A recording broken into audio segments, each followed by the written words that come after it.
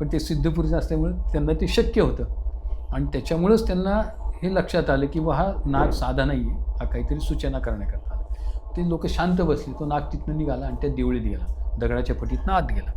आत गेल्यानंतर धनंजय महाराजांनी तो दगड काढला, पाहिलं तर आत नाग नव्हता, ते पादुका होत्या. मी जेव्हा महाराजांच्या समोर उभे होते तेव्हा मला मधल्या मूर्तीच्या डोळ्यात प्रकाश माझ्या अंगावर आला. माझी इच्छा झाली की म्हणजे गुरुचरित्र जर कडगंचीला लिहिलेलं आहे तर आपण तिथं जाऊन पारायण करावं अशी माझी मनात इच्छा झाली. हात माझे होते आणि दत्तगुरू काम करत होते. काका नमस्कार. नमस्कार. तुमचं स्वागत आहे ज्ञान जर्नीच्या चॅनलमध्ये. आणि तुमची एक थोडीशी ओळख आपल्या प्रेक्षकांना करून द्या आणि त्याच्यानंतर मग आपण चर्चासत्राला सुरुवात करूयात. अवधूत चिंतन श्री गुरुदेव दत्त श्री सायनदेव महाराज की जय. माझं नाव विजय जोशी. मी दत्तगुरूंच्या सेवेमध्ये 5-6 वर्षापासून आलेलो आहे. आता सुरुवात माझी अशी झाली की माझ्याकडं 2016 साली एका मित्राच्या ओळखीने पादुका कडगंजीच्या पादुका त्याच्या घरी आल्या होत्या, म्हणून मला तिने दर्शनाला बोलवतं. मला कळल्यानंतर मी दर्शनाला गेलो आणि त्याला विचारलं की ह्या पादुका कुठल्या आहेत, तर तिने सांगितलं कडगंजीच्या, जिथं गुरुचरित्र लिहिलं आहे. त्याला मी प्रोसिजर विचारली, बाबा या पादुका जर आपल्याला घरी पूजेला न्यायच्या असतील तर काय करावं लागेल. त्यांनी सांगितलं की काही नाही, असे आप्पाजी आहेत, त्यांना भेटायचं, त्यांना सांगायचं ते तुमच्या घरी पादुका आणतात, तुम्हाला काय असेल ते तुमच्या इच्छेप्रमाणे तुम्ही पूजा अर्चा वगैरे करायची. मग मी त्या पादुका माझ्या घरी आणल्या होत्या. आणल्यानंतर मी तो सोहळा केला. त्या दिवशी माझ्या काही मित्रांना बोलवतं दर्शनाला. आणि मग त्याच्यानंतर मला गुरुचरित्राचं जेव्हा मी पारायण करायचो त्यावेळेस मी वर्षातून एकदा पारायण करत होतो. दत्तजयंतीच्या आधी मी पारायणाला बसायचो.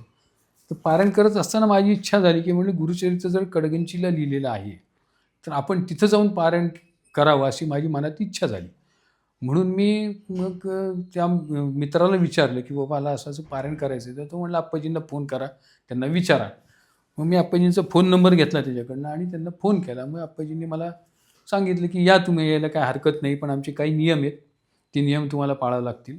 किंवा इथं म्हणजे इथं जेव्हा तुम्ही सेवेला याल किंवा पारायणाला याल तेव्हा गावात फिरत बसायचं नाही, सेवा करायची किंवा पारायणच फक्त करायचं, बाकी उद्योग करायचे नाहीत. मी ते सांगितल्यानंतर ते मला म्हणले या. मग तिथे गेल्यानंतर मला कळलं की तिथं येणाऱ्या लोकांना, भक्तांना कशाचंही शुल्क घेत नाहीत. म्हणजे राहण्याचं किंवा प्रसादाचं जेवण खाण्याचं निःशुल्क सेवा आहे तिथली. मग मी विचार केला की आपण आता इथं पारायण करायचं 7 दिवसाचं, 7 दिवस यांना फुकट आपण योग्य नाही, म्हणून मी 3 दिवसाचं पारायण करायला सुरुवात केली. मग तिथे 3 दिवसाचं पारायण करत असताना मी असं पहिल्या महिन्यात मी गेलो, 3 दिवस पारायण केलं. पारायण संपल्यानंतर परत आलो. परत नंतर पुढच्या महिन्यात परत मला इच्छा झाली पारायणाला जायची. परत त्यांना फोन केला तर ते म्हणले या म्हणले. असं 2-3 वेळा फोन केल्यानंतर त्यांनी मला सांगितलं की आता तुम्ही विचारात जाऊ नका, तुमची इच्छा असेल त्यावेळेस तुम्ही या इथं पारायण करत जा. कारण ते म्हणले तुम्ही इथे येता, पारायण करता, पहाटे दिवसभर मंदिरात बसता, लोकांची सेवा करता, तर आम्हालाही म्हणे इथं सेवा करायला माणूस कोणीतरी पाहिजे. कारण नोकरीला जर माणूस ठेवला तर आम्ही पाहिलं की लोक पगारापुरतं काम करतात आणि कामाला काही वाईट अनुभव आले, त्याच्यामुळे आम्ही इथं कोणी माणूस सेवेला ठेवलेलं नाही आहे. तर तुमची इच्छा आहे तर तुम्ही एक काम करा, 3 दिवसाच्या ऐवजी 7 दिवसाचं पारायण करत जा, म्हणजे आम्हालाही तुम्ही जास्त दिवस इथं मिळाल सेवेला, आणि तुमची इच्छा असेल तोपर्यंत तुम्ही राहत जा आणि सेवा करत जा. तर मग मी तिथं मग पहाटे पारायण करतो 6 वाजेपर्यंत आणि 6 नंतर मग मंदिरात सेवा करतो. मग माझा प्रवास तिथला पारायणाचा चालू झाला. मग मी दर महिन्याला जायला लागलो. मग दर महिन्याला जायला सुरुवात केल्यानंतर ते म्हणाले की तुम्ही आता पौर्णिमा धरून पारायणाला येत जा, म्हणजे पौर्णिमेला लोकांची काही तिथं अभिषेकाचे पावते असतात, तर आम्हाला अभिषेक करायला कोणी माणूस नाही आहे, तर मी त्या लोकांचे संकल्प सोडून अभिषेक करत जा. मग पौर्णिमा धरून पारायणाला जायला लागलो आणि पौर्णिमेला लोकांचे जे काय अभिषेक असतात त्यांचे संकल्प सोडून मी पादुकांना अभिषेक करायला लागलो. मग पुढं मग मी सुरुवातीला नुसते अभिषेक करत होतो. मग नंतर मी काय केलं की मग लोकांना पटावं की खरंच, कारण नॉर्मली बहुतेक देवस्थानच्या ठिकाणी कसे अभिषेकाचे पावते फाडतात आणि काही करत काही नाही. हा माझा अनुभव आहे. बरोबर. आणि काहीतरी आपला प्रसाद पाठवून देतो लोकांना. म्हणजे लोकांना पण कळलं पाहिजे की लोकांना पटलं पाहिजे की खरंच हे ठिकाणं आहे बाबा, खरंच चांगलं ठिकाण आहे, इथं आपण अभिषेक करतात. मग मी काय सुरुवात केली की मी एक स्टँड विकत घेतला मोबाईलचा आणि अभिषेक चालू असताना त्याचं शूटिंग करायचं. आणि मग ते लोकांना मी व्हॉट्सअपवर त्यांच्या नंबरला शूटिंग पाठवून देत होतो की तुमचं म्हणजे कळावं नाव उच्चारावं. बरोबर आणि मग संकल्प सोडून केला आहे, मग लोकांना विश्वास बसावा.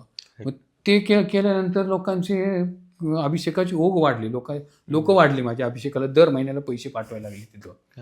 आता ते वाढल्यानंतर मग मी विचार केला की नुसतं आपण व्हिडिओ करण्यापेक्षा मग आपण लाईव्ह दाखवावं लोकांना.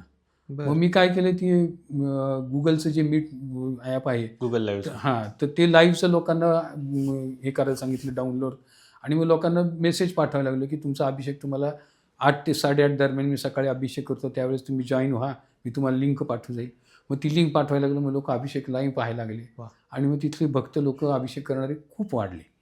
मग ती सेवा वाढल्यानंतर मग मला काही अनुभूती यायला लागल्या. मग लोक तिथं मला माहिती विचारायला लागली. मग माहिती विचारलं, हे स्थानाची माहिती काय आहे. मग लोकांना सांगायला सुरुवात केली की दत्तगुरूंचे 3 अवतार आहेत, श्रीपाद श्रीवल्लभ, नरसिंह सरस्वती आणि अक्कलकोट स्वामी. पहिला अवतार श्रीपाद श्रीवल्लभ. श्रीपाद श्रीवल्लभांचा अवतार काळ 1325 ते 1320 ते 1350, 30 वर्षाचा अवतार काळ आहे त्यांचा. आणि नंतर नरसिंह सरस्वतींचा अवतार काळ 1378 ते 1358, 1458, असा 80 वर्षाचा कार्यकाळ आहे त्यांचा. आता नरसिंह सरस्वतींच्या कार्यकाळामध्ये, त्यांच्या अवतार काळामध्ये त्यांचे शिष्य म्हणजे माधव सरस्वती, उपेंद्र माधव सरस्वती, सदानंद सरस्वती, ज्ञानज्योती सरस्वती, सिद्धमुनी, नंदी, नरहरी आणि सायनदेव. त्यातले पट्टशिष्य त्यांचे 4: सिद्धमुनी, नंदी, नरहरी आणि सायनदेव. आता सायनदेव हे पट्टशिष्य म्हणजे कसं आहे की महाराजांच्या बाकीचे शिष्य जे होते ते काही काळ सेवा केली आणि त्यांनी मग त्यांच्या पंथाला लागले. पण हे पट्टशिष्य म्हणजे अशी कायम महाराजांच्या सेवेत असायचे. आता सायनदेव हे राहणारे कडगंचीचे आणि ते बासरगावी एका मुसलमान राजाकडं नोकरी करायचे. आणि नोकरी करत असताना महाराजांची सेवा करायची. आता सेवा करत असताना त्या राजाची पद्धत काय होती की दरवर्षी एका ब्राह्मणाचा शिरच्छेद करायचा, मग तो कुणी असू द्या. मग त्यांनी एक दिवशी महाराजांचे राजाची निरोप आला सायनदेवांना की तुला बोलवले राजाने. आता ते राजाकडेच नोकरी करत असताना त्यांच्या लक्षात आलं की आज आपला नंबर आलेला आहे, आज आपला शिरच्छेद होणार. मग त्यांनी निरोप पाठवलं, मी येतो म्हणून सांगितलं आणि महाराजांना भेटले, महाराजांच्या पाया पडले. महाराजांना म्हणले की आज मला राजांनी बोलवले आणि तो माझा शिरच्छेद करणार आहे, तर आता माझी आता ही शेवटची भेट, मला फक्त आशीर्वाद द्या. तर महाराज म्हणाले, तू काळजी करू नको, निर्धास्तपणे जा, तो राजा तुझे काही शिरच्छेद वगैरे करणार नाही आणि तुझा सत्कार करून तुला परत पाठवून देईल. बापरे. आणि तू जोपर्यंत परत येत नाहीस तोपर्यंत मी इथंच उभा आहे. आणि ह्याचा उल्लेख गुरुचरित्राच्या 13व्या अध्यायामध्ये 14व्या अध्यायामध्ये याचा उल्लेख आहे. या गोष्टीचा यौवन राजाने बोलवलं ती. मग पाया पडले आणि सायनदेव राजाच्याकडे गेले. राजाकडे गेल्यानंतर राजाला सायनदेवांना पाहिल्यावर एकदम संताप झाला आणि अशी चक्कर यायला लागली आणि तो पळत जाऊन आतल्या खोलीत जाऊन पडला. पडल्यानंतर त्याला तो बेशुद्धावस्थेत गेला आणि त्याला असं दिसायला लागलं की सायनदेव त्याला मारतायत, म्हणजे त्याच शिरच्छेद करायला आले. आणि तो घाबरल्यानंतर त्याला दरदरून घाम फुटला. आणि मग तो शुद्धीवर आल्यानंतर त्यांनी पाहिलं तर त्याला असं लक्षात आलं की हे सायनदेव हे साधी विभूती नाही आहे. मग ते त्यांच्या पाया पडले सायनदेवाच्या आणि सायनदेवांना म्हणले की मला क्षमा करा, मला अभय द्या, माझ्याकडनं खूप मोठी चूक झाली. आणि मग त्यांचा सत्कार केला आणि त्यांना परत पाठवून दिलं. परत पाठवून दिल्यानंतर सायनदेव आले, महाराजांच्या पाया पडले. महाराजांना म्हणले की महाराज तुमच्यामुळं मला आज जीवदान मिळाले. तर महाराज म्हणले की तर मी तुमच्या कायम सेवेत राहणार, आता मला शिष्य करून घ्या. तर महाराज म्हणले तू संसारी माणूस आहेस, तुझं गाव कुठलं? त्यांनी सांगितलं कडगंची.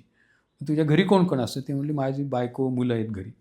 तर संसारी माणूस असल्यामुळे तुला आम्हाला शिष्य करून घेता येत नाही, तर तू ह्या राजा चांगला नाही, याची नोकरी सोड आणि तुझ्या गावी जा, संसार कर आणि 15 वर्षांनी तुझ्या गावाच्या जवळ म्हणजे गाणगापूरला आम्ही येऊ, त्यावेळेस आम्हाला भेटायला ये. तर सायनदेव म्हणाले की 15 वर्षामध्ये मी संसारमध्ये तुम्हाला विसरून जाईल. मग महाराज म्हणले डोळे बंद कर, हात पुढं कर. मग त्यांनी डोळे बंद केले, हात पुढे केले. मग महाराजांनी पादुका प्रकट केल्या आणि त्या पादुका सायनदेवांच्या हातात दिल्या आणि त्यांना सांगितलं ह्याची रोज तू पूजा करत जा, म्हणजे तुला माझा विसर पडणार नाही. मग सायनदेवांनी त्या राजाची नोकरी सोडली आणि ते कडगंजीला आली, त्यांच्या घरी आली. घरी त्या पादुकांची पूजा अर्चा सेवा केली. 15 वर्षे त्यांनी संसार केला. 15 वर्षांनी ते महाराजांना भेटायला त्यांनी सांगितल्याप्रमाणे गाणगापूरला गेले. बायकोला मुलांना घेऊन गेले. गेल्यानंतर ते महाराजांच्या पाया पडले. महाराजांवर त्यांनी एक तिथं कवन केलं आणि ते कवन कानडीमध्ये त्याचे बोल आहेत, कंडे निंदू उंडे निंदू. ते गुरुचरित्राच्या 42व्या अध्यायामध्ये त्याचा उल्लेख आहे. ते कवन आहे. पण ते कानडीमध्ये कानडीमध्येच. अजूनही गुरुचरित्राच्या ग्रंथामध्ये आहे ते. बरं. आता ते कवन ऐकून महाराज खुश झाले आणि महाराजांनी त्यांना आशीर्वाद दिला की तुझ्या सगळ्या पिढ्या माझी सेवा करतील आणि तुझ्या पिढीमध्ये माझं चरित्र लिहिलं जाईल. आता सायनदेवांच्या पिढ्या म्हणजे सायनदेव स्वतः, त्यांचा मुलगा नागनाथ, नागनाथांचा मुलगा देवराय, देवरायांचा मुलगा गंगाधर, गंगाधरांचा मुलगा विष्णू, अशा त्यांच्या 5 पिढ्या. आता ती 5ही पिढ्यांनी पादुकांची घरी पूजा अर्चा सेवा केली. गुरुचरित्र कोणी लिहिलं नव्हतं. आता 5वी जी पिढी होती, 5वी जे विष्णू होते, विष्णू गंगाधर साखरे त्यांचं नाव, साखरे त्यांचं आडनाव. आता विष्णू मंदबुद्धी होते, त्याच्यामुळे त्यांचं लग्न झालं नव्हतं, ते ब्रह्मचारी होते. आता विष्णू त्यांचा पुढं वंश वाढला नाही. आता विष्णू 20 वर्षाचे झाले त्यावेळेस त्यांना गाणगापूरला दर्शनाला जायची इच्छा झाली, म्हणून ते पायी गाणगापूरला निघाले. आता त्या काळामध्ये काही सुविधा नव्हत्या म्हणून पायीच लोक जात होते. तर पायी निघाल्यानंतर 12-1च्या दरम्यान त्यांना कंटाळा आला म्हणून एका झाडाखाली बसले तर त्यांना झोप लागली आणि त्यांच्या स्वप्नामध्ये एक साधू आले की जे साधू जटा वाढलेल्या, अंगावर भगवे वस्त्र, आणि त्या साधूंनी त्यांच्या कपाळावर भस्म लावलं. आता ते भस्म लावल्यावर ते दचकून जागे झाले आणि बघतात तर साधू कुठं दिसत नव्हते, पण कपाळावर भस्म होतं. मग ते त्या ह्याच्यातच त्या विचारामध्ये ते विचार करत गाणगापूरच्या दिशेने पुढं चालत निघाल्यानंतर काही अंतर गेल्यावर ते साधू प्रकट झाले आणि ते साधू त्यांना म्हणाले की तू कसला विचार करत चाललायस. ते म्हणाले मी हा विचार करतो की थोड्या वेळापूर्वी तुम्ही माझ्या स्वप्नात आलात, मला भस्म लावलं आणि मी भानावर आलो, बघतो तर तुम्ही कुठे दिसत नव्हतात, तर तुम्ही कोण सिद्ध पुरुष आहात. तर ते म्हणाले की तू ज्यांच्या दर्शनाला चाललास त्यांचा मी पट्ट शिष्य, माझं नाव सिद्धमुनी, आणि मी तुझ्या खापूर पंजवांबरोबर आम्ही शिष्य म्हणून महाराजांचे सेवत होतो. बापरे. आता सिद्धमुनीचं शारीरिक आयुष्य 240 वर्ष होतं. बापरे, 240 वर्ष. आणि गुरुचरित्र गुरु शिष्य परंपरेमध्ये हे एकच उदाहरण असं आहे की गुरुचं वय आणि शिष्यांचं वय एकच, नाही तर गुरु वयाने मोठे असतात. गुरु कोणते? सिद्धमुनी. आणि सिद्धमुनी शिष्य आणि गुरु नरसिंह सरस्वती महाराज. बापरे, म्हणजे नरसिंह सरस्वतीचे दोघांचं वय सेम. म्हणजे नरसिंह सरस्वती जेव्हा 8 वर्षाचे होते तेव्हा काशीमध्ये गेले होते. तर काशीमध्ये सिद्धमुनींना त्यांनी शिष्य करून घेतलं होतं आणि तेव्हा सिद्धमुनींचं वय पण 8 वर्षाचं. क्या बात आहे. आणि हे एकच उदाहरण असं आहे की गुरु शिष्य सेम वयाचे. बरोबर. आणि महाराज जेव्हा निजगमनाला गेले श्रीशैल्यावर तेव्हा जाताना त्यांनी पुढचा जो कारभार होता तो सिद्धमुनींना सोपवला होता. बापरे. आणि सिद्धमुनी म्हणजे त्याच्यानंतरही सिद्धमुनी प्रकट व्हायचे. आता त्यावेळेस सुद्धा ते प्रकट झाले आणि सिद्धमुनींनी मग विष्णू, कारण महाराजांनी आशीर्वाद दिला होता सायनदेवांना की तुझ्या पिढीमध्ये माझं चरित्र लिहिलं जाईल. चरित्र कोणी लिहिलेलं नव्हतं. आता ही शेवटची पिढी, महाराजांचा आशीर्वाद खोटा कसा ठरणार ना. म्हणून सिद्धमुनी प्रकट झाली होती. आणि मग सिद्धमुनींनी विष्णूंना कडगंजीला आणलं, घरी आणलं आणि त्या कडगंजीला त्यांची सायनदेवांची गुहा आहे जिथं सायनदेव ध्यानाला बसायचे. त्या गुहेत त्यांना नेलं आणि तिथं त्यांना समाधी अवस्थेत नेलं आणि संपूर्ण गुरुचरित्रातले जे लीला आहेत त्या सगळ्या दाखवल्या त्यांना विष्णूंना. तर ते दाखवल्यानंतर ते सात्विक भावाने एवढे भारावून गेले की ते कंप पावायला लागले विष्णू. मग सिद्धमुनींनी त्यांना डोक्यावर हात ठेवला आणि त्यांना भानावर आणलं, शुद्धीवर आणलं आणि मग त्यांना गुरुचरित्र लिहायला सांगितलं. आता सिद्धमुनी सांगत होते, गुरुचरित्र सिद्धमुनींनी सांगायला सुरुवात केली आणि विष्णू लिहित होते. पहिल्या दिवशी लिहिलं, संध्याकाळपर्यंत लिहून झालं. संध्याकाळी अंधार पडला, गुरुचरित्राची पोथी ठेवून दिली आणि दुसऱ्या दिवशी जेव्हा लिहायला काढलं पुढचं लिहायला, त्यावेळेस बघतात तर आदल्या दिवशी जे लिहिलं होतं ते सगळं लिहिलेलं गायब झालं होतं. बापरे. मग सिद्धमुनींच्या लक्षात आलं की यांनी सरस्वतीची उपासना केलेली नाही आहे म्हणून असं होतं. मग सिद्धमुनींनी महाराजांना प्रार्थना केली की महाराज ह्याच्याकडनं लिहून पूर्ण होऊ द्या, मी तुमचं नाव त्याला धारण करतो. आता त्यांचं नाव होतं विष्णू गंगाधर साखरे. मग ते विष्णू नाव काढलं त्यांनी, सरस्वती गंगाधर साखरे केलं. अच्छा. पण सरस्वती करण्यामागचे 2 उद्देश. एक महाराजांना ते म्हणले, "ते तुमचं नाव धारण करतो" म्हणून नरसिंह सरस्वतीमधलं सरस्वती घेतलं आणि सरस्वतीची उपासना केलेली नव्हती म्हणून सरस्वती. क्या बात. ह्या दृष्टीने त्यांनी ते नाव धारण केलं सरस्वती गंगाधर साखरे. साखरे. आणि गुरुचरित्र लिहून पूर्ण झालं. पण लिहिताना सिद्धमुनींच्या दुसरी एक गोष्ट लक्षात आली की आपल्या गुरूंच्या नावाचा उल्लेख हा प्रत्येक अध्यायामध्ये कमीत कमी 2-3 वेळा येतोय.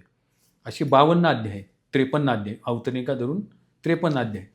आता जेव्हा लोकांच्या वाचनात गुरुचरित्र येईल त्यावेळेस आपल्या गुरूंच्या नावाचा सारखा उच्चार करून त्या नावाचा अपभ्रंश होऊ नये म्हणून त्यांनी प्रत्येक ठिकाणी नामधारक लिहायला सांगितलं. म्हणून सिद्ध सांगे नामधारका म्हणजे नाव धारण केलेलं आणि सिद्ध सांगे म्हणजे सिद्धमुनी सांगतायत आणि नामधारक लिहितोय. बरं. नामधारक म्हणजे थोडक्यात त्यांचे गुरु. त्यांचे शिष्य म्हणजे विष्णू. बरं. नामधारक म्हणजे नाव धारण केलेला, गुरूंचं ओके. नाव धारण केलेलं. बरोबर. थोडक्यात म्हणून नामधारक. सरस्वती साखरे. सरस्वती गंगाधर साखरे म्हणजे नामधारक. बरोबर. फक्त ते नामधारक का लिहिलं की त्या नावाचा आपल्या सरस्वती या नावाचा अपभ्रंश होऊ नये सारखा उच्चार करू बरोबर. म्हणून ते नामधारक लिहायला सांगितलं. क्या बात आहे. आता ते गुरुचरित्र लिहिलं 550 वर्षापूर्वी. 550 वर्षापूर्वी कुठलीही शोध लागलेली नव्हती, कागदाचा पण शोध नव्हता. ते लिहिलं होतं भोजपत्रावर. आणि भोजपत्र म्हणजे झाडाची साल असते. म्हणजे नॉर्मली कुठल्याही झाडाची साल काढली तर झाड जळून जातं. पण हे झाड जे असं आहे की त्याची साल आपोआप निघते आणि ती अशी पातळ साल असते. तर त्याच्यावर गुरुचरित्र लिहिलं होतं कारण कागदाचा शोधच नव्हता. आता ते गुरुचरित्र लिहून झाल्यानंतर सांगोवांगी काय झालं की दत्तगुरूंची जेवढी ठिकाणं होती तेवढ्या लोकांना हळूहळू कळलं की गुरुचरित्राचं लिखाण कडगंचीला झालेलं आहे. आता ते सांगोवांगी कळल्यानंतर 25-30 वर्षांनी जेव्हा कागदाचा शोध लागला तेव्हा दत्तगुरूंच्या ठिकाणांचे लोक कडगंजीत आले आणि त्यांनी त्या भोजपत्रावरचं जे गुरुचरित्र होतं त्याच्या हाताने कॉप्या करून नेल्या. बरं. म्हणून गुरुचरित्र आपल्यापर्यंत पोहोचले. क्या बात आहे. आता ते कॉप्या करून नेल्यानंतर काही वर्षांनी काय झालं की तो सगळा जो एरिया होता कडगंजी वगैरे जो भाग तो हैदराबादच्या मुसलमान राजाच्या अखत्यारीत होता. आता तो राजा काय करायला लागला की तो निजाम राजा आपले हिंदूंचे देवळं पाडायचे, पोथ्या पूर्ण जाळायचे, असं करत करत तो गुलबर्ग्यापर्यंत आला होता. आता सरस्वती गंगाधरांच्या लक्षात आलं की हा इथं यायला काही वेळ लागणार नाही, इथं आला तो हे सगळं तो नष्ट करेल. बरोबर. आणि गावातली लोक आता कडगंजीमधले 99% लोक जे आहेत ती लिंगायत आहेत आणि ते कट्टर शिवभक्त असतात. आता त्या ते लोक मंदबुद्धी असल्यामुळं सरस्वती गंगाधरांना वेडं समजायचे. आता त्याच्यामुळे त्यांनी गंगाधरांनी विचार केला की हा जर इथं राजा आला ते सगळं नष्ट करेल आणि लोक आपल्याला वेडं समजतात, तो लोक कोणी आपल्याला मदत करणार नाही. मग त्यांनी काय केलं की गुरुचरित्राची पोथी जी होती ते आत्ता मंदिर जे आहे त्या मंदिरामध्ये दत्तगुरूंची मूर्ती आहे, त्या मूर्तीच्या खाली म्हणजे आपण मूर्ती त्याच्यावर स्थापन केली आहे त्या जागेमध्ये गुरुचरित्राची पोथी पुरवून ठेवली. बरं. ओरिजिनल प्रत. बरं. आणि पादुका ज्या होत्या त्यांच्या त्या देवघरामध्ये देवघर आहे ते देवघर होतं त्यांचं. ते देवघरामध्ये देवळी होती. देवळी म्हणजे पुण्या काळामध्ये कसे जाड भिंती असायच्या आणि ते कोनाडे असे त्याला कोनाड्याला कप्पा असायचा आणि त्या कप्प्यात लोक पूर्वीच्या काळामध्ये सोनं नाणं वगैरे लपून ठेवायचे. तर त्या देवळीमध्ये त्यांनी त्या पादुका ठेवल्या आणि त्या पादुका त्याच्यावर पुढं दगड लावून ठेवला आणि ते मग तिथनं निघून गेले. आता त्यांचं कोणी वंश नसल्यामुळं ते पुढं कुठे गेले, काय झालं त्यांचं कुठेही उल्लेख नाही आहे. आणि वंश नसल्यामुळे तो वाडा सगळा पडीक झाला, बेवारस पडला होता तो. आणि मग गावातल्या लोकांनी कसं आहे की त्यांना कुणालाही माहिती नव्हतं की हे एवढं मोठं पवित्र ठिकाण आहे किंवा दत्तगुरूंच्या शिष्याचं घर आहे. तर लोकांना आपलं एक ब्राह्मणाचा वाडा आहे एवढंच माहिती होतं आणि कोणी वारसदार नाही आहे म्हणून लोकांनी आपलं हाताला येईल तसं त्या गोष्टी काढून नेल्या. कोणी वाड्याची खिडकी नेल्या, कोणी दारं नेले, सगळं पडीक झाला. आणि चार दिवसांनी भिंती होत्या आडोशाला म्हणून लोक तिथं प्रातिर्विधीला यायचे. म्हणजे काही कुणाला गायलपणा नव्हती, आडोशाला जागा आहे आणि खेडेगावातनं काय प्रातिर्विधीला काही सोय नसायची, सगळा वाडा घाण करून टाकला होता. आणि अशा अवस्थेत तो वाडा 1952 सालापर्यंत तसाच पडून होता. बरं. 1952 साली गाणगापूरला जेव्हा दंडवते महाराज गुरुचरित्राचं अध्ययन करत होते तेव्हा त्यांना असा साक्षात्कार झाला की गुरुचरित्राचं लिखाण कडगंचीला झालेले, त्यांची पुढं वंश वाढलेलं नाही, त्यांच्या 5व्या पिढीने गुरुचरित्र लिहिले. आता त्या वाड्यात वंश नसल्यामुळं त्या वाड्याची काय अवस्था आहे आपण जाऊन बघायला पाहिजे, त्याचा काहीतरी उद्धार केला पाहिजे, नाहीतर पुढच्या पिढ्यांना कळणार नाही की गुरुचरित्राचं लिखाण इथं झालेलं आहे. कडगंची या गावात झाले, पण ती कडगंची गाव हेच का? बरोबर. कारण खेडेगावातनं कसं बेवारशी जागा असली की लोक बळकावतात, त्याचा काही दुरुपयोग करतात आणि तशीच सुरुवात झाली होती. बरं. मग दंडोते महाराज तिथं कडगंचीला आले बघायला. आल्यानंतर त्यांनी ती बाड्याची अवस्था पाहिल्यावर त्यांना रडू आलं ती अवस्था पाहून, की एवढ्या सिद्धपुरुषाची जागा इतकी वाईट अवस्था. मग त्यांनी गावातले एक 5-6 लोक कामाला घेतली बरोबर आणि तो वाडा साफ करायला घेतला. आता साफ करत असताना देवघरातला जेव्हा ते कचरा काढत होते तेव्हा त्या कचऱ्यातनं एक छोटा नाग निघाला. बरं. आता तो नाग निघाल्यानंतर लोक घाबरले त्यांच्यावर काम करणारे आणि ते त्याला नागाला मारायला निघाल्यानंतर दंडोते महाराज म्हणले त्याला मारू नका, तो आपल्याला काहीतरी सूचना करण्याकरता आले, शांत बसा. बरं. कारण दंडोते महाराज हे सिद्ध पुरुष होते.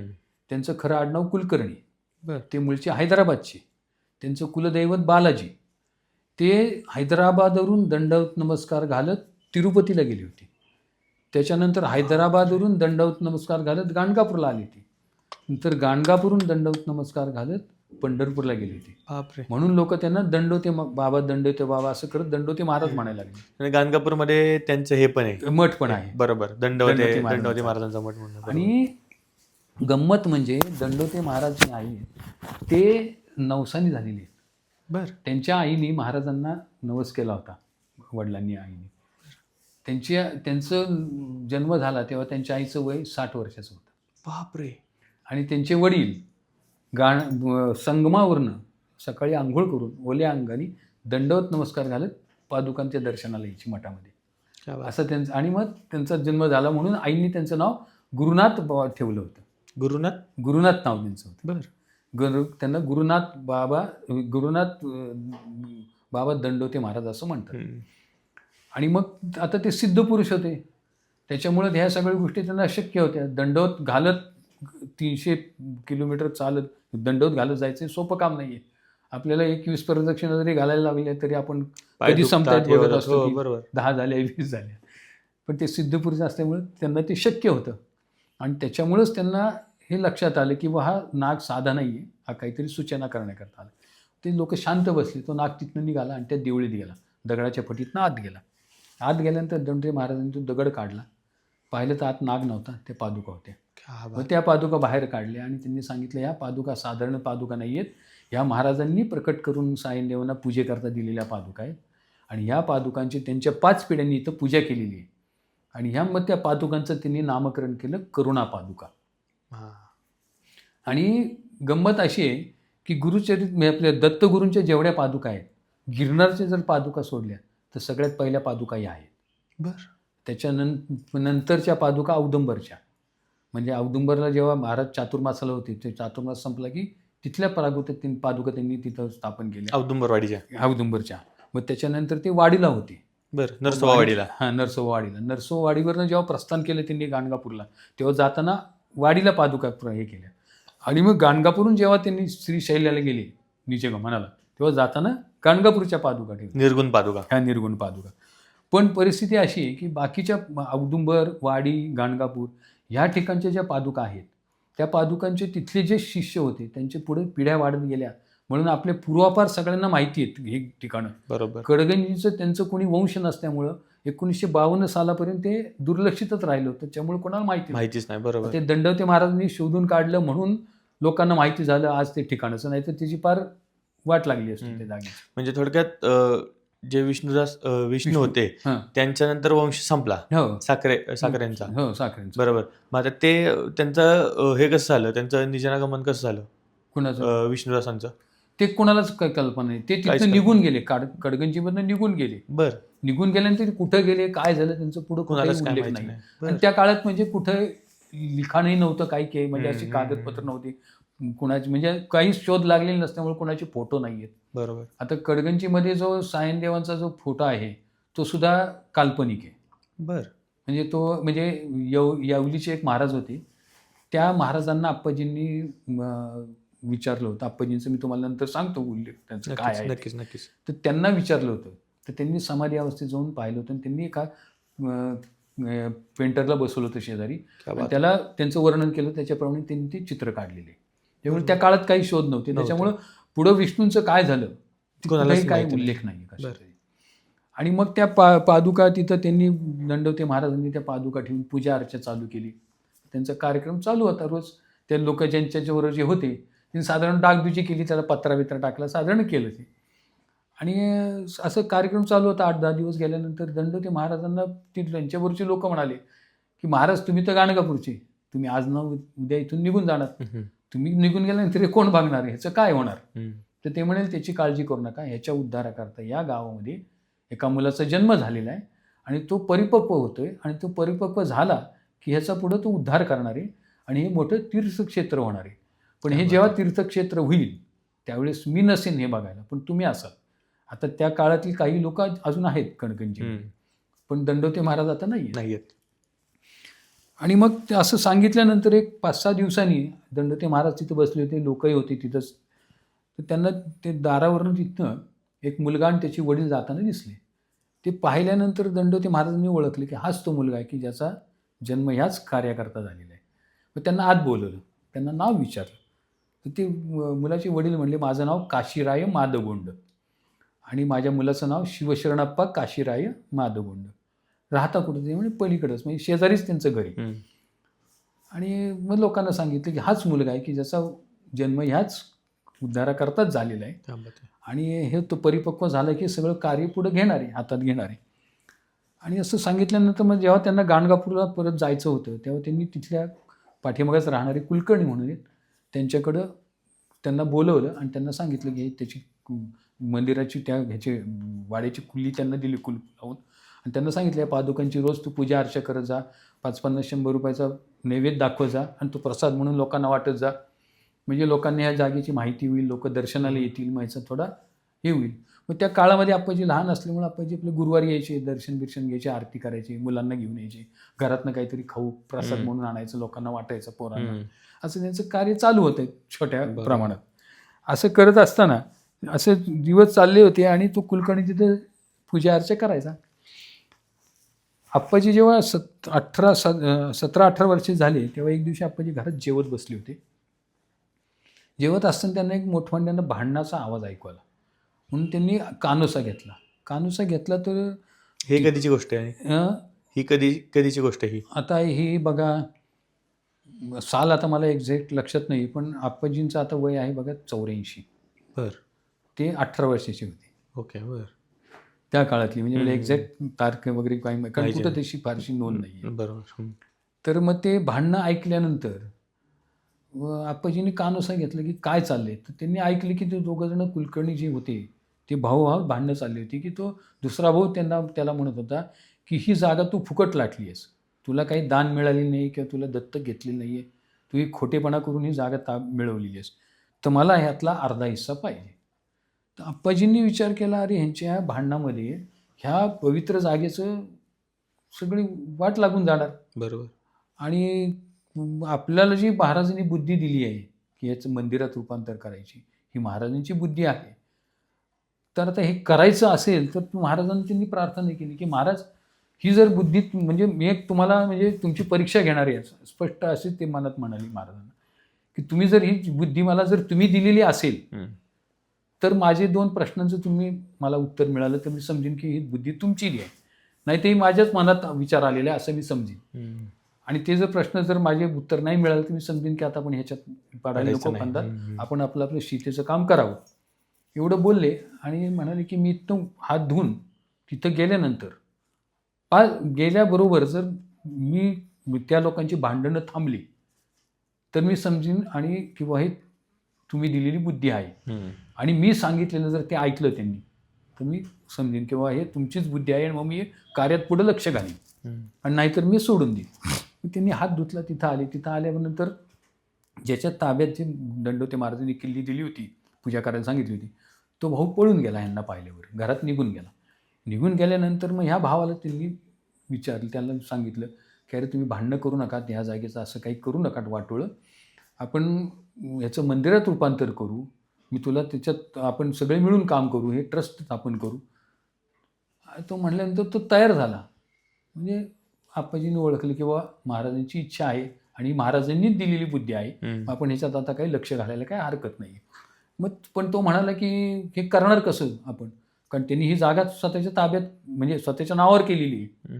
आपण काहीच करू शकत नाही. तर आप्पाजी म्हणले बघू आपण याचा विचार करू. पण केली कशी? तर त्यांनी काय केलं होतं की त्या गावाचा जो ग्रामसेवक होता, पूर्वीच्या काळामध्ये इलेक्शन वगैरे नव्हते, बरेच वर्ष तो ग्रामसेवक होता आणि त्यांनी खूप घोटाळे केलेले होते. आता इलेक्शन जेव्हा डिक्लेअर झाल्या त्यावेळेस तो त्या इलेक्शनमध्ये हरला आणि दुसरा जो ग्रामसेवक निवडून आला होता. तर त्या ग्रामसेवकाच्या ताब्यामध्ये जेव्हा ऑफिस द्यायचं, त्यांनी पाहिलं की आता हे उद्या ऑफिस ताब्यात दिल्यानंतर ह्या रेकॉर्डवरनं त्याला सगळं आपले घोटाळे लक्षात येतील. बरोबर. म्हणून त्यांनी काय केलं की आदल्या दिवशी ऑफिसचं जे रेकॉर्ड होतं ते आदल्या दिवशी रात्री सगळं जाळून टाकलं. बापरे. आणि मोकळं ऑफिस त्या दुसऱ्या दिवशी त्या ग्रामसेवकाच्या ताब्यात दिलं. ऑफिस मोकळं आणि टेबल खुर्च्या, बाकी काहीच नाही तिथं रेकॉर्ड. आता त्या ग्रामसेवकाला प्रश्न पडला की आपण काम करायचं कसं आता, कारण रेकॉर्डच नाही. बरोबर. मग ते कमिशनरकडे गेले. कमिशनरला विचारलं तर कमिशनर म्हणले की आता ह्याला एकच उपाय आहे, तुम्ही प्रत्येकाच्या घरी जा, गावात प्रत्येकाच्या घरी फिरा आणि त्यांचे किती वर्ष झाले राहता, तुमचं नाव काय आणि त्यांच्या त्या जागेचे नाव नोंदी करून घ्या. आता असे नोंदी करत करत तो ग्रामसेवक तिथं आला. तिथं आल्यानंतर त्या ह्याला कुलूप होतं. कुलूप पाहिल्यावर लोकांना विचारलं, लोक म्हणले कुलकर्णीकडे किल्ली आहे. त्याला बोलून आणलं, त्याला विचारलं नाव. म्हणलं हा माझं नाव असं कुलकर्णी आहे. मग ही तर किती वर्ष झाले? तो म्हणे पूर्वीपासून आम्ही राहतो, ही तुमची जागा? हो म्हणे माझीच जागा आहे. अरे बाप. तिथे नोंद करून घेतली. आता करून घेतल्यानंतर मग आता हे म्हणले की काय करायचं? मग आप्पाजींनी जुने काही वर्तमानपत्र वगैरे जे होते त्यातले काही लेख वगैरे रेकॉर्ड लेख बीक काढले आणि त्याच्यावरून त्यांनी पहिल्यांदा ट्रस्ट स्थापन केली आणि त्या ट्रस्टीमध्ये ह्या भावाला घेतलं होतं. तो दुसरा जो भांडत होता त्या भावाला ट्रस्टीमध्ये घेतलं, ट्रस्ट स्थापन केली आणि मग त्या पुराव्यादिवशी मग कोर्टात केस लावली त्याच्या विरुद्ध आणि ती जागा कोर्टाकडनं मग निर्णय मिळाला आणि ती जागा ताब्यात मिळेल ट्रस्टच्या. मग आप्पाजींनी कामाला सुरुवात केली. कामाला सुरुवात करायच्या आधी पहिल्यांदा आप्पाजींनी काय केलं, पादुकासमोर उभा राहून प्रार्थना केली की महाराज, मी आता हे मंदिराचं रूपांतर करायला घेतो या वाड्याचं, पण तुम्हाला काही देवाला काही मंदिर देवाला लागत नाही. मंदिर हे लोकांकरता असतं, भक्तांसाठी असतं, त्यांना काही जरूर नाही. तुमच्याकरता मी करत नाही, लोकांकरता करते. आता तुम्ही जशी मला ही बुद्धी दिली मंदिर बांधायची, तशी तुम्ही भक्तांना बुद्धी द्या की आणि अशा भक्तांच्या समोर मला नेऊन उभा करा की जे ह्या मंदिराच्या कामाकरता काही देणगी देतील. कारण मंदिराकरता मी लोकांकडे भीक मागणार नाही किंवा लोकांना पैसे मागणार नाही की मी काम चालू केले मला पैसे द्या म्हणून. कारण मागायचं म्हणजे भीक झाली आणि मला तुमच्याकरता भीक मागायची नाही. तुम्ही अशा माणसांकडे समोर नेऊन उभा करा की जो ह्याला देणगी देईल. आणि मग आप्पाजी ते पादुका पूजा अर्चा करायची आणि एक बाहेर माहिती सांगायला लोकांना पुण्या मुंबई ठिकाणी जायचं आणि स्वतः जाताना काय करायचं, घरनं 7-8 भाकरी बांधून घ्यायच्या. आता त्या साईडला भाकरी कडक भाकरी असतात, म्हणजे किती दिवसही टिकतात. बरोबर. भरपूर अशी चटणी बिटणी घ्यायची. समजा पुण्यात आली की पुण्यात कुठे धर्मशाळेत उतरायचं आणि साधारण पाहायचं काय ब्राह्मण घर कुठं आहेत काय, आणि त्यांच्या घरी जायचं, त्यांना माहिती सांगायची की असं मी कडगंजीहून आलो आहे आणि तिथं असं हे घर आहे, त्याचं मी मंदिरात रूपांतर करतोय. फक्त आप्पाजी काय करायचे की कुणाला पैसे मागायचे नाही. त्यांनी पहिलं म्हणजे महाराजांना म्हणलेच मी मागणार नाही कुणाला, फक्त येऊन तुम्ही बघून जा, मला काही तुमच्या सजेशन्स असतील म्हणजे ते मला सुचवा, म्हणजे मला हे काम करायला मदत होईल. बरोबर. मग लोक यायचे, बघून जायचे आणि स्वतः भाकरी बिकरी चटणी का आणायची की समजा लोकांनी कुणी काही जर दिली देणगी तर ती आपल्या खाण्यापिण्यावर खर्च होऊ नये, ही मंदिरालाच लागावी, या कार्याकरताच उपयोग व्हावा म्हणून ते घेऊन यायचे. क्या बात आहे. आणि मग लोक यायला लागले, बघायचे आणि मग त्यांची कामाची पद्धत पाहून वगैरे लोकांनी हळूहळू देणगा द्यायला सुरुवात केली. आता सुरुवात केल्यानंतर काम चालू होतं आप्पाजींचं, लोक यायचे, देणग्या द्यायचे. आता हे चालू असताना एक दिवशी आप्पाजी ते बसलेले असताना खोदकाम चालू होतं, पाया खोदायचं काम चालू होतं. आणि मध्ये एक तुम्हाला सांगायचं दिसेल की जेव्हा ते काम चालू असताना पैसे काही नव्हते आप्पाजींकडं. आप्पाजी सुरुवात तर करायला पाहिजे, मग त्यांनी काय केलं, स्वतःची थोडीशी ती विकली आणि त्यातनं थोडेफार पैसे आले, ते कामगारांचा पगार तर द्यायला पाहिजे, खोदकाम करणार. त्यांनी स्वतःची शेती पण विकली, थोडी विकली, म्हणजे जुजबी आपली, आणि सुरुवात केली. सुरुवात केल्यानंतर तिथली दगडमाती जी निघाली ती विकून त्यांना 60,000 रुपये त्या काळामध्ये. बापरे. असं कामाला सुरुवात झाली आणि लोकांचे देणगे यायला लागले. आता ते खोदकाम चालू असताना ती कुठं महिनाभर कुठं गेले नव्हते, काम जोरात चालू होतं, तिथं बसून होते. तर बसलेला असताना त्यांच्या डोक्यात असं विचार आला की अरे दंडवते महाराजांनी आपल्याला पादुका शोधून दिल्या इथल्या, आता गुरुचरित्राची प्रत गेली कुठं? आता आपण हे सगळं पाडापाडी केली आणि कुठंच गुरुचरित्राची प्रत निघाली नाही, गेली कुठं? हे त्यांच्या डोक्यात विचार आल्याबरोबर सगळीकडं सुगंध दरवळला. बापरे. आणि तो सुगंध एवढा की त्या 100 मीटर रेडियसमध्ये तो सुगंध येत होता. आणि हा सुगंध कशाचा आहे बघायला लोकांची गर्दी झाली तिथं. आणि आतनं कामगार खोदकाम करणारे कामगार बाहेर पळत आले आणि आप्पाजींना म्हणले की इथं भस्म निघतंय. आई शपथ. मग आप्पाजींनी जाऊन पाहिलं की आता जिथं जे गाभारा आहे, जिथं मूर्ती स्थापन केली आपण, तिथं भस्म निघत होतं खाली. बापरे. आणि त्या भस्माचा सुगंध होता आणि तो सुगंध म्हणजे कस्तुरीचा सुगंध होता. क्या बात आहे.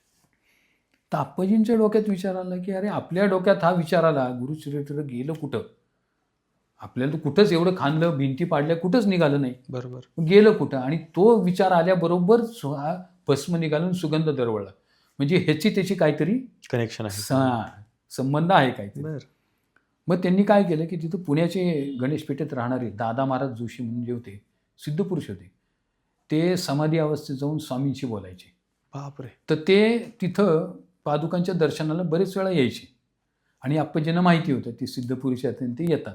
मग आप्पाजींनी त्यांना फोन केला आणि त्यांना सांगितलं की तुमच्याकडं काम आहे, असं जिथं असं झालेलं आहे, तुम्ही या बघायला, तर तुम्हाला विचारायचं आहे. मग ते तिथं आले आणि त्यांनी जिथं तो गाभारा आहे आता बांधलेला, त्या जागेत तिथं बसून त्यांनी ध्यान लावून पाहिलं.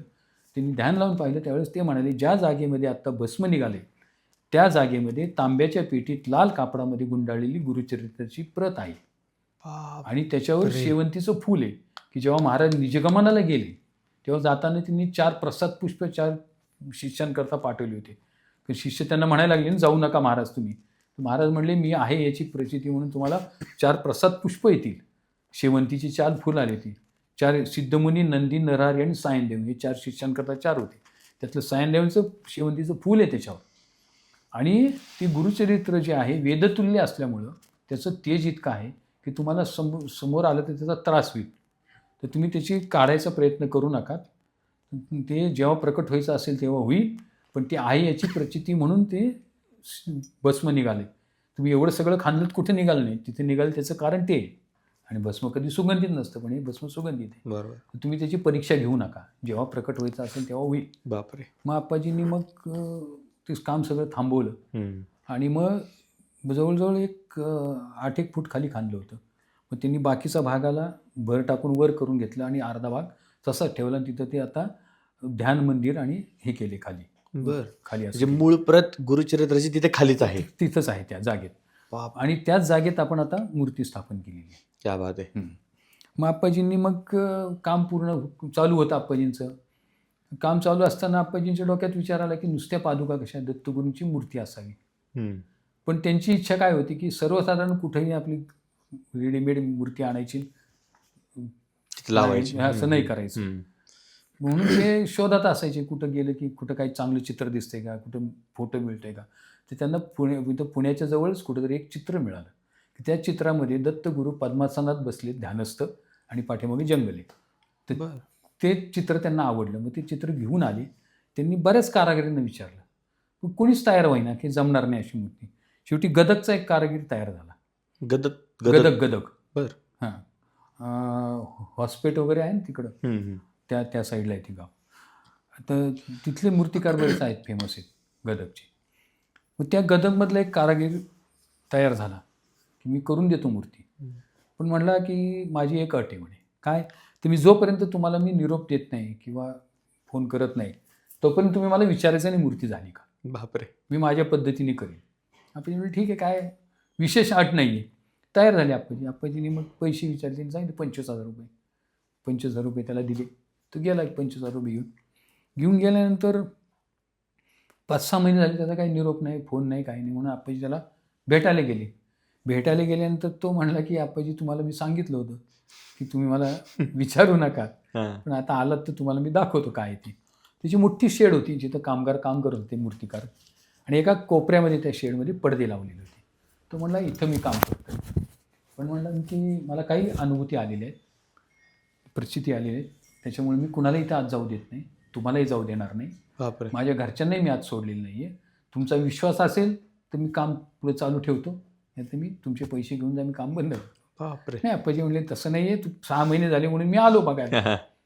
तर म्हणे तुम्ही आता जा, मी झाली की तुम्हाला कळवतो. आप्पाजी निघून आले.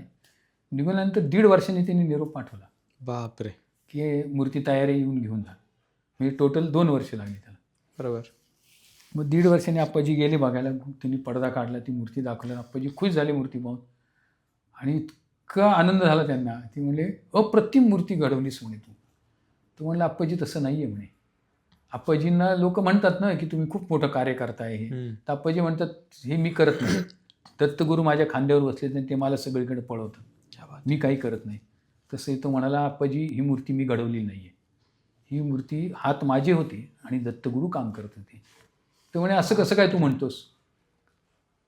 तर म्हणे तू तर मला म्हणलास की हे काम चालू आहे माझं, मी तुम्हाला कळवतो म्हणून. तर म्हणजे तुम्हाला मी सांगतो त्याचं कारण काय आहे ते. जेव्हा तुम्ही मला सांगितलं ही मूर्ती घडवायची आहे दत्तगुरूंची, तेव्हा मी विचार केला की आपल्याला त्या योग्यतेचा पाषाण मिळाला की आपण गुरुवारी काम चालू करू, दत्तगुरूंची मूर्ती आहे म्हणून. मग मला तो पाषाण मिळाल्यानंतर तो मी आणला इथं. आणल्यानंतर गुरुवारी सकाळी त्याची पूजा केली, उदबत्ती वळून पूजा केली आणि कामाला सुरुवात केली. कामाला सुरुवात केल्याबरोबर मी समाधी अवस्थेत गेलो म्हणे. आणि त्या समाधी अवस्थेत मी काय करत होतो मला कळत नव्हतं. आणि समाधी उतरली की मला काम जमायचं नाही. मग मी काय करायला लागलो, फक्त दर गुरुवारीच मग काम करायचं.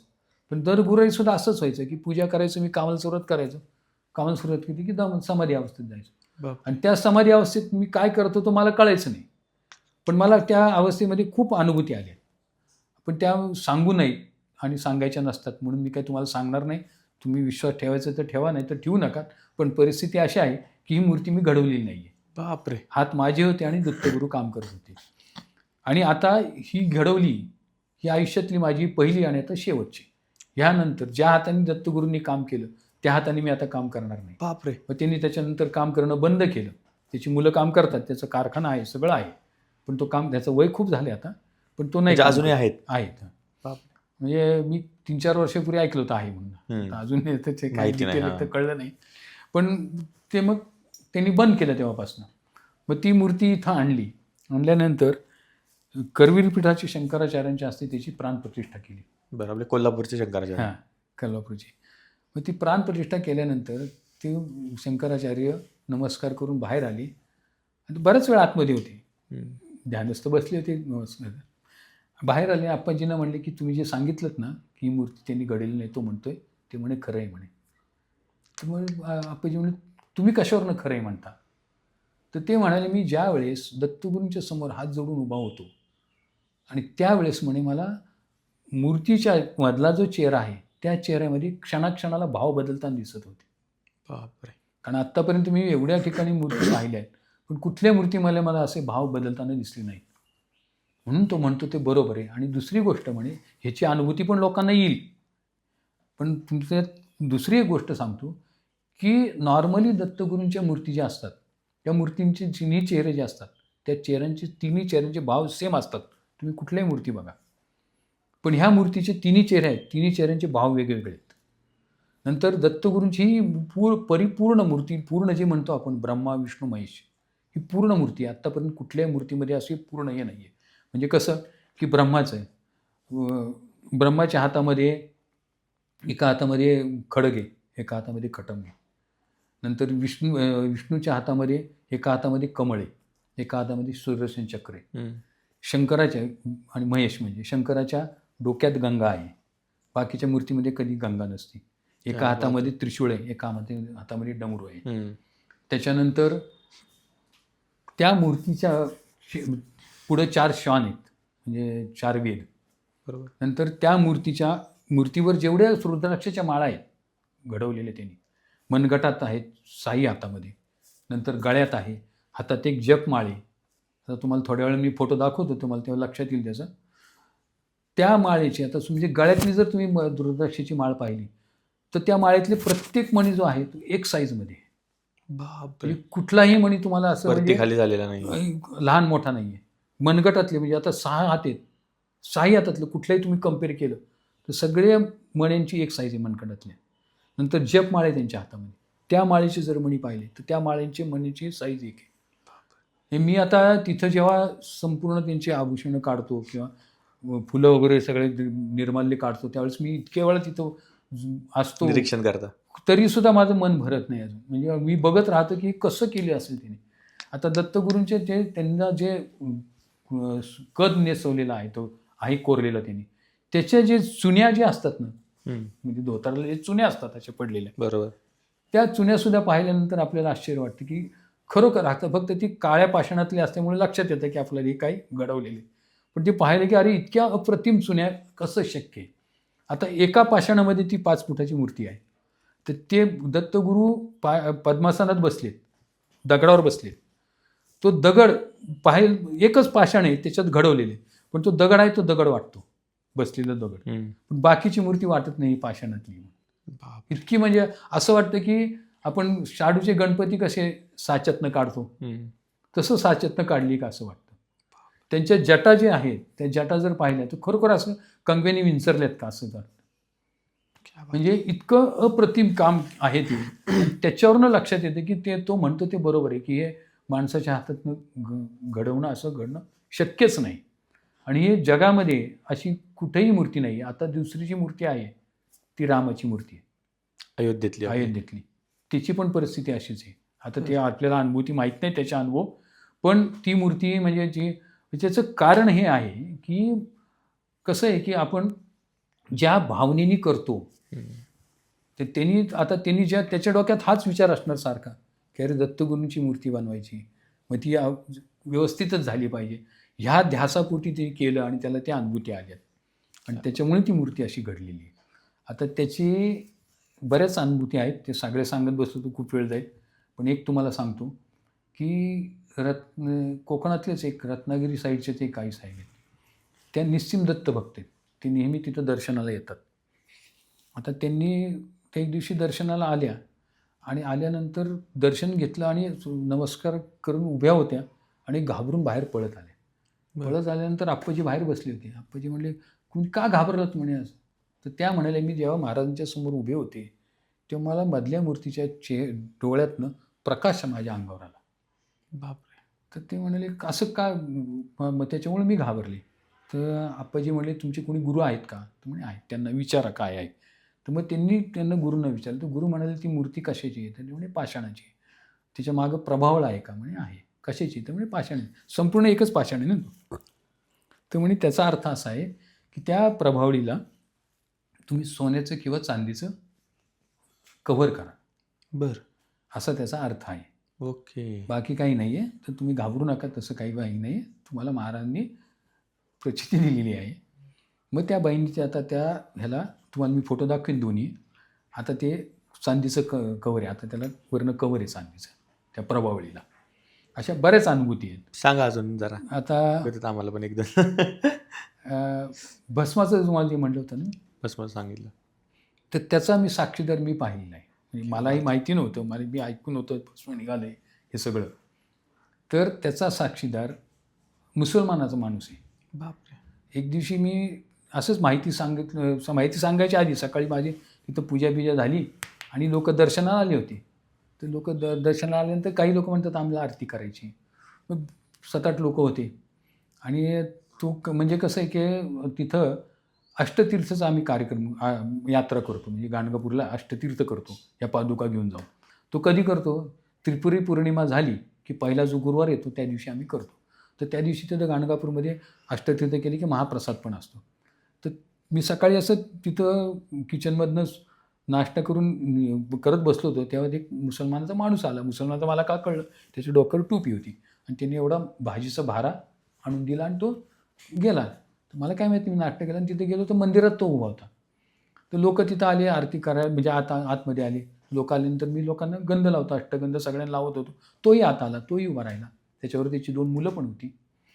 आल्यानंतर आता तो मुसलमान म्हणजे त्याला मी गंध कसं लावणार ना. म्हणून मी थबकलो म्हटलं नाही लावा. तिने लावून घेतलं इथं गंध लावून घेतलं. आरती होईपर्यंत उभा राहिला टाळ्या वाजवत. सगळी आरती झाली.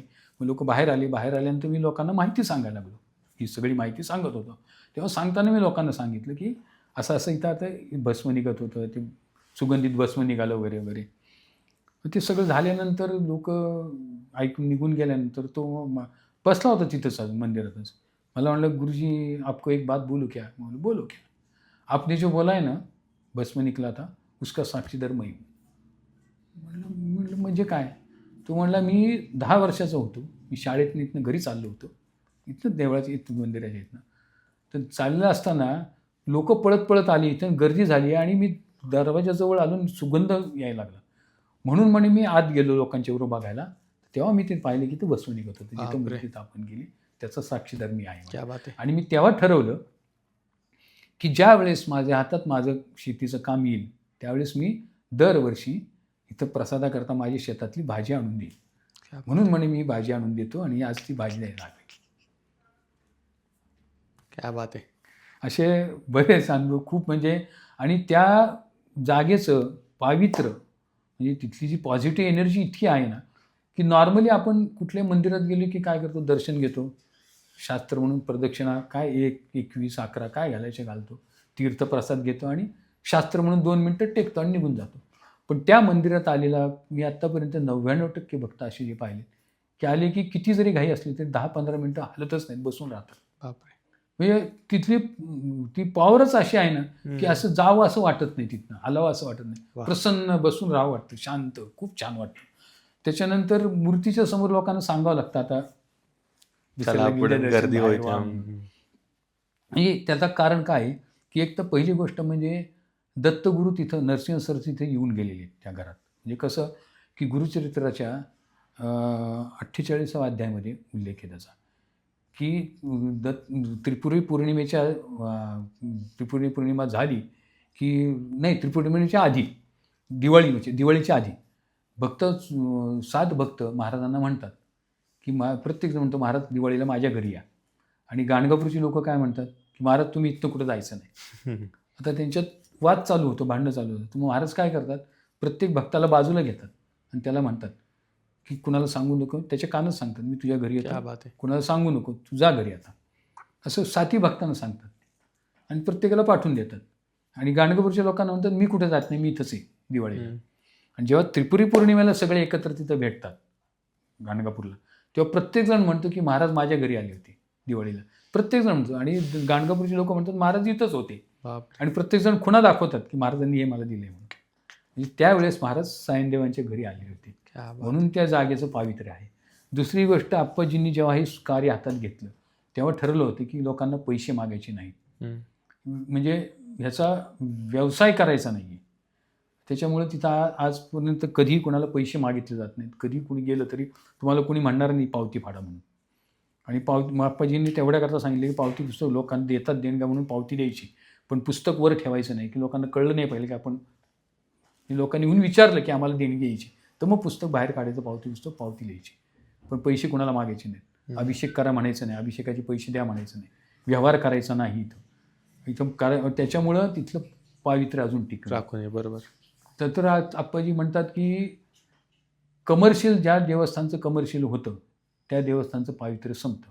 म्हणून तिथं आजपर्यंत किती लोकांनी म्हणले की आम्हाला फुलाची दुकान टाकायची नाही, काही दुकान टाकायची नाही. आप्पाजी म्हणतात महाराजांना काही लागत नाही, तुम्ही हे सगळं आपले भाव आहेत म्हणून आपण करतो. बरोबर. फुलं लागत नाही, नैवेद्य प्रसाद लागत नाही, ते काही खात नाहीत. आपण नैवेद्य दाखवतो, पाणी फिरवतो, 2 मिनिटांनी उचलतो ना आपण खातो. बरोबर. महाराज काही खात नाही.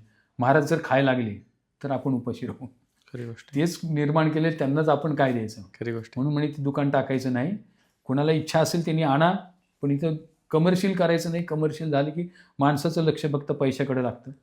म्हणून तिथं पुजारी पण ठेवलेलं नाही. का तर पुजारी आला की मग त्याची अपेक्षा वाढती, बरोबर. पगार वाढायला मागतो तो. पगार दिला की मग पगार वाढला नाही तर मग पैसे मिळायला पाहिजे, मग भक्तांना पैसे मागायला सुरुवात करतात. मग त्याच्याकरता ते माणूसही कुणी ठेवलेलं क्या नाही. बात आहे. ज्याला कुणाला इच्छा असेल त्यांनी सेवा करायची. त्याच्यामुळे मी जातो तिथं 7 दिवस पारायण करतो.